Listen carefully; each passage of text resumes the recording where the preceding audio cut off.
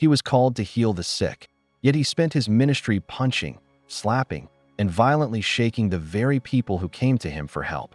He preached love and compassion, yet his healing sessions looked more like boxing matches than prayer meetings. Watch till the end to know why he did so, and don't forget to subscribe to watch more of this. Smith Wigglesworth, a man whose methods seem to contradict everything we think we know about divine healing, yet produced some of the most documented miracles of the 20th century. Picture a burly Yorkshire plumber standing before a man writhing in agony from stomach cancer. And instead of gently laying hands on him in prayer, he draws back his fist and delivers a powerful punch directly to the tumor.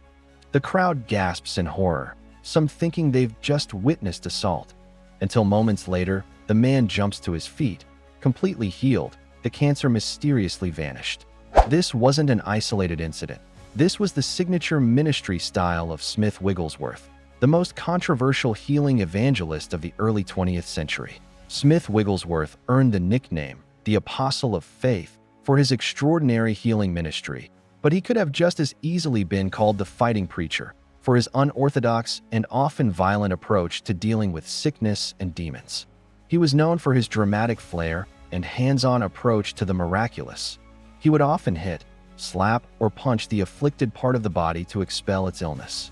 He was compelled by the idea of spiritual warfare, believing that forces like cancer were often inherently satanic. Wigglesworth described cancer as a living evil spirit and insisted that many diseases were satanic in origin. His methods often involved hitting, slapping, or punching the afflicted part of the body. To Wigglesworth, this wasn't medical treatment, it was warfare. Wigglesworth's view was that all sickness is a work of the devil, and so healing was an act of spiritual warfare.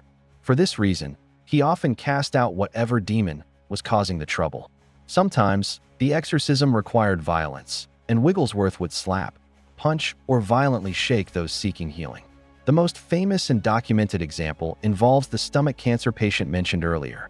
There are many such stories. The time Wigglesworth punched a sufferer of stomach cancer in the stomach, the times he violently shook those on their deathbeds, or more commonly, the times in front of crowds when healing was in part dependent upon delivering a good hard slap. According to witness testimonies recorded by evangelist Lester Sumrall, Wigglesworth encountered a man at a hospital whose stomach was grotesquely enlarged by cancer. Without hesitation, Wigglesworth punched the man hard in the stomach, declaring that he was striking the demon of cancer. The man was instantly and completely healed, with the tumor disappearing immediately. Another documented incident involved a woman with a large goiter on her neck. Wigglesworth didn't pray quietly or lay hands gently. He grabbed the goiter and began to violently shake it, commanding the demonic spirit to leave. Witnesses reported that the goiter visibly shrank and disappeared as he continued his aggressive spiritual warfare.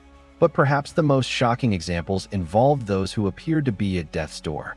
There were times he violently shook those on their deathbeds, literally grabbing dying people and shaking them while commanding death to release its grip. In several documented cases, people who had been declared dead or near death were reportedly brought back to life through these dramatic encounters. Wigglesworth's approach extended beyond individual healing sessions. More commonly, the times in front of crowds when healing was in part dependent upon delivering a good hard slap became a regular feature of his meetings. He would line up people for healing and systematically hit, slap, or punch each person at the point of their affliction while commanding the sickness to leave. So why did Wigglesworth use such violent methods? His theology was rooted in a literal interpretation of spiritual warfare. He genuinely believed that sickness wasn't just a physical condition, but a demonic manifestation that required aggressive confrontation. In his mind, he wasn't hitting people, he was punching demons. He wasn't causing pain, he was driving out the spirits causing the real pain. Wigglesworth often explained that his physical aggression was directed at the spiritual enemy, not the person. He saw himself as a soldier in God's army, and demons as enemy combatants that needed to be forcefully expelled. His famous declaration was that he had no sympathy for the devil or his works, which included all forms of sickness and disease. The plumber-turned-preacher also believed that dramatic faith required dramatic action. He taught that half-hearted prayers produced half-hearted results, but aggressive faith produced aggressive breakthroughs.